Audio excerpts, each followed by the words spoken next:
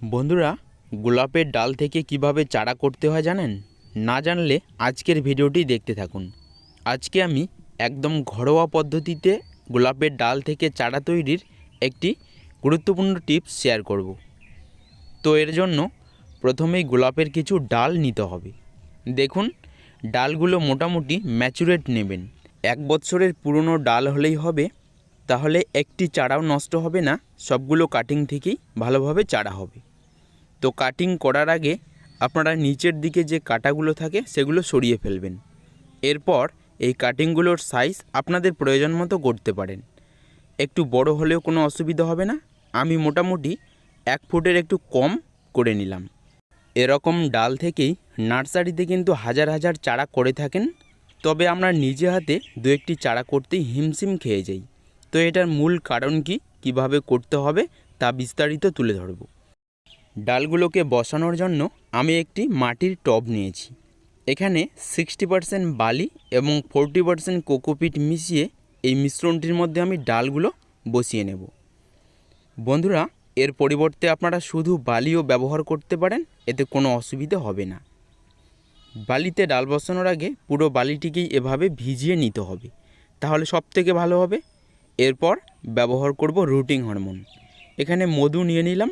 মধু natural রুটিং hormone হিসাবে ভালো কাজ করে। দেখুন, প্রত্যেকটি ডালের মধ্যে আমি গোড়ার দিকে এভাবে লাগিয়ে নেব বসানোর আগে। এভাবে লাগিয়ে নিলে কিন্তু প্রচুর শেকড় হবে এবং তাড়াতাড়ি এই চারাগুলো গ্রো হবে।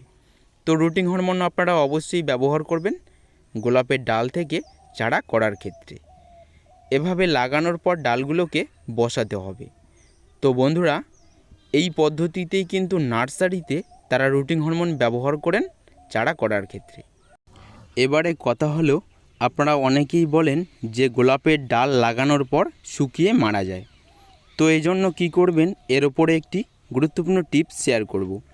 এর জন্য প্রথমে এভাবে ডালগুলো বসানোর পর এই ডালগুলোকে কিন্তু কভার করে রাখতে হবে। ধরুন, প্লাস্টিকের যে কোনো পাত্র বা প্লাস্টিকের পলিথিন দিয়ে আপনারা এই ডালগুলোকে এভাবে কভার করে রাখুন। তাহলে দেখবেন এই ডাল শুকিয়ে যাওয়ার সমস্যাটা আর কখনো দেখা দেবে না। এভাবে ডাল বসানোর পর এই বালিতে 2 দিন পর পর জল দিতে হবে এবং ছায়া রাখতে হবে পাত্রটি, তাহলেই হবে। বন্ধুরা, এই কয়েকটি টিপস ফলো করলেই 100% সাকসেস হবে গোলাপের চারা। তো এই ডালগুলো বসানোর 15 দিন পর দেখুন, একটি ডালও নষ্ট হয়নি। প্রায় সবকটি ডাল থেকেই সুন্দর সুন্দর কুশি বাইর হয়েছে। তো এই ডালগুলো কিন্তু আর নষ্ট হবে না, প্রত্যেকটির থেকেই চারা হবে।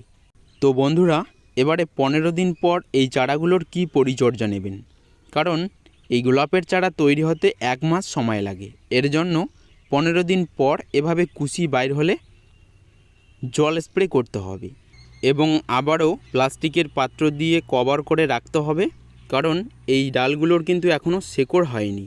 এর জন্য এই কুশিগুলো শুকিয়ে যেতে পারে। এজন্য আবারও প্লাস্টিকের পাত্র দিয়ে কভার করে রাখুন 1 মাস পর্যন্ত। তাহলে দেখবেন অবশ্যই চারা হবে, একটি ডালও নষ্ট হবে না। তো এই পদ্ধতিতেই কিন্তু আমি আগের একটি ভিডিও আপনাদের সামনে তুলে ধরেছিলাম, আপনারা হয়তো অনেকেই দেখেছেন।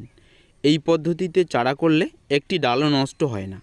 তো দেখুন, এভাবেই তৈরি হবে চারা 30 দিন রাখলে। তো আপনারা এই টিপস অবশ্যই ফলো করে এ সময় গোলাপের চারা করতে পারেন। তো বন্ধুরা, এই ছিল আজকের ভিডিও।